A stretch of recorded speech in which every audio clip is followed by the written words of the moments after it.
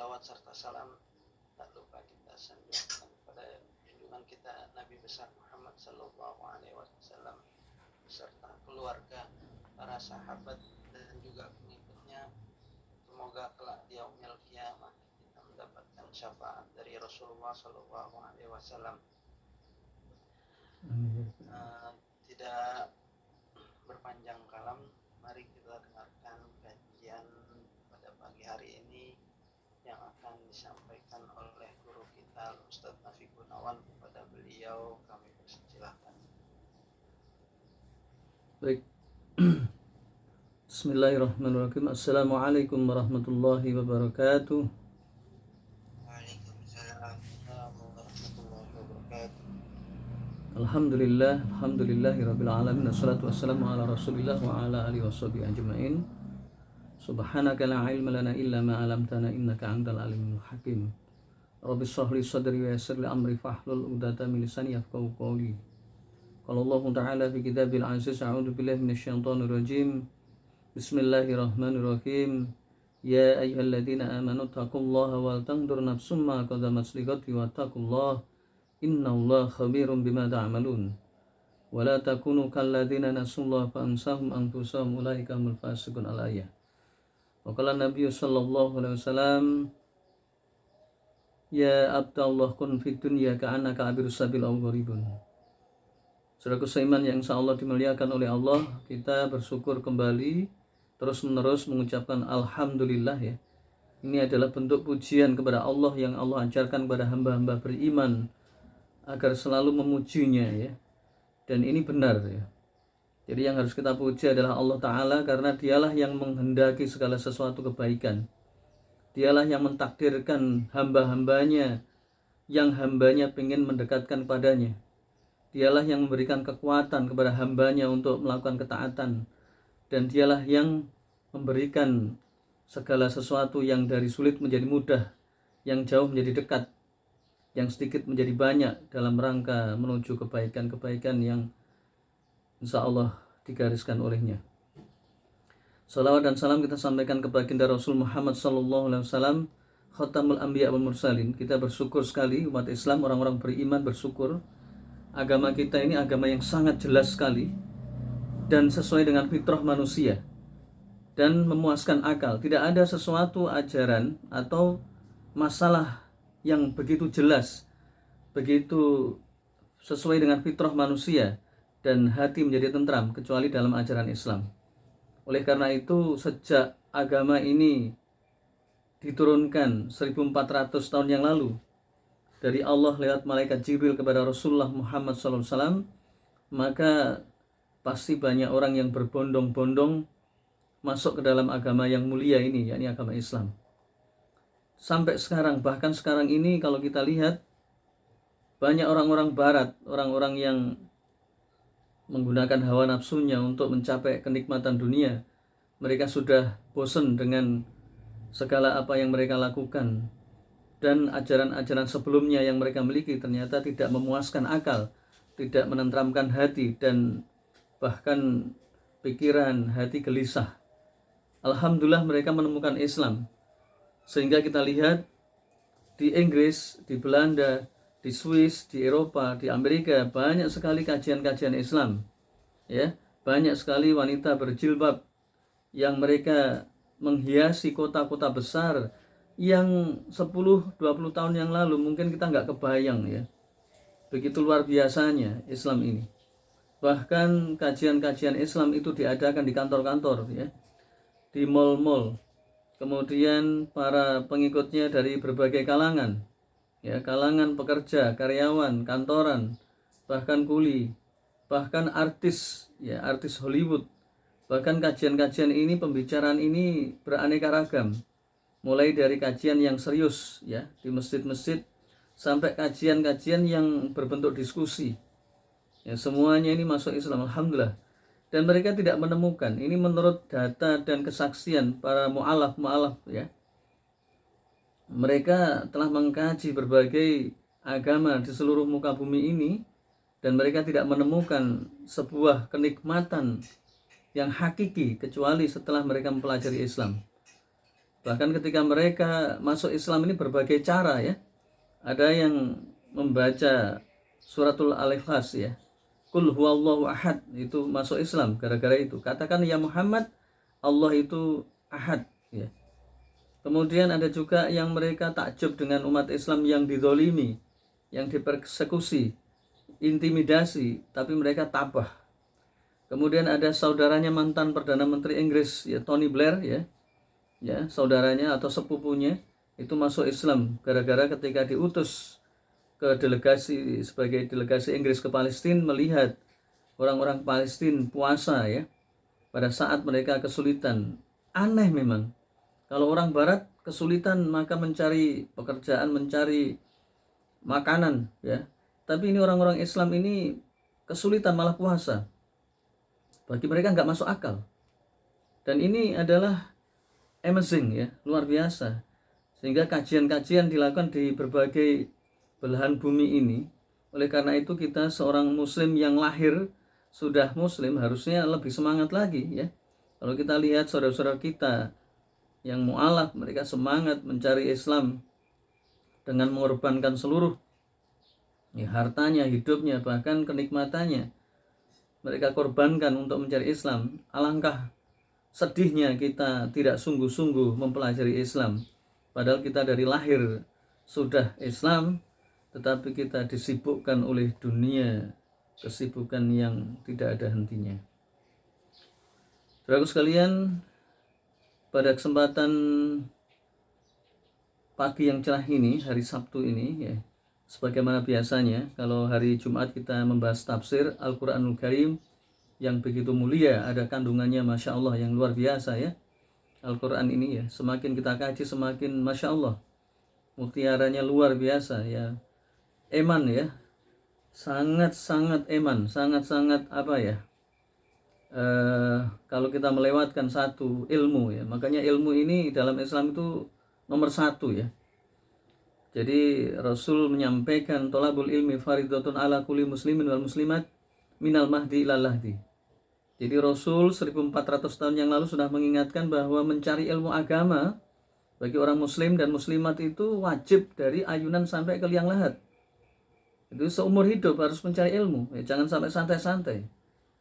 Kenikmatan orang yang mempunyai ilmu itu nikmatnya seperti nikmat seorang raja. Ya. Kenapa? Karena dia memiliki segala sesuatu dengan gampang. Bahagia dia tahu ilmunya ya, dia mencari kenikmatan dunia tahu ilmunya, dia bisa melihat jalan-jalan menuju langit, jalan menuju surga melebihi jalan di dunia ya. Ini ilmu. Maka sangat-sangat disayangkan kalau orang tidak bersungguh-sungguh mencari ilmu. Kemudian yang kedua, Allah kasih keistimewaan para pencari ilmu agama ini dengan keutamaan yang luar biasa. Apa itu? Derajatnya di atas rata-rata kebanyakan manusia, bahkan di atas ahli ibadah. Jadi kalau orang ahli ibadah tapi nggak punya ilmu agama itu masih kalah derajatnya dibanding orang-orang yang alim, orang-orang yang berilmu agama ya. Kemudian yang ketiga, Allah kasih yang namanya ampunan ya. Jadi orang-orang yang mencari ilmu, selama dia mencari ilmu ya, selama dia mencari ilmu agama ya, maka selama itulah Allah memberikan ampunan kepadanya dosa-dosa, kesalahan-kesalahan. Masya Allah, apa enggak enak ini ya? Sampai di hadis dikatakan ikan-ikan di lautan, malaikat ya, disebutkan malaikat dan ikan. Ini kan penyebutan dua makhluk yang berbeda. Malaikat itu penduduk langit, ikan itu penduduk bumi. Dan keduanya itu jumlah yang paling banyak. Penduduk langit yang paling banyak itu jumlahnya malaikat ya, jumlahnya paling banyak penduduk langit itu malaikat.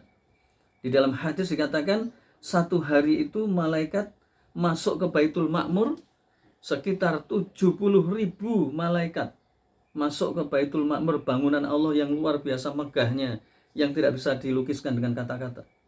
Itu masuk nggak akan keluar, itu berzikir setiap hari.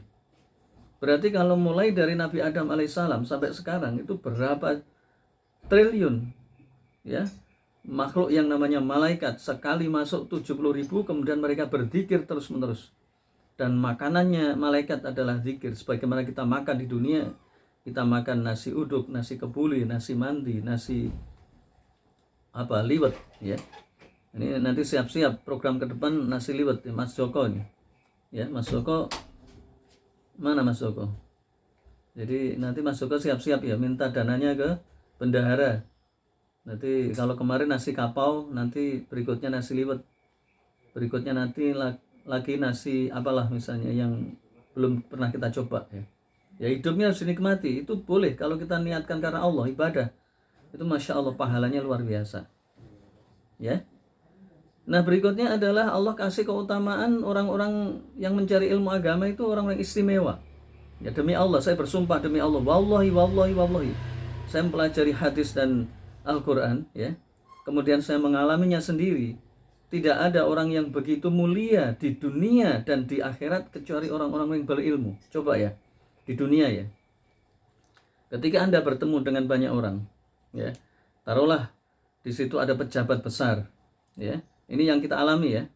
Kemudian ada pengusaha, ada orang-orang yang memiliki keistimewaan dunia lah pokoknya ya. Ada orang yang memiliki artis lah misalnya, ada artis, ada ini pengusaha, ada pejabat.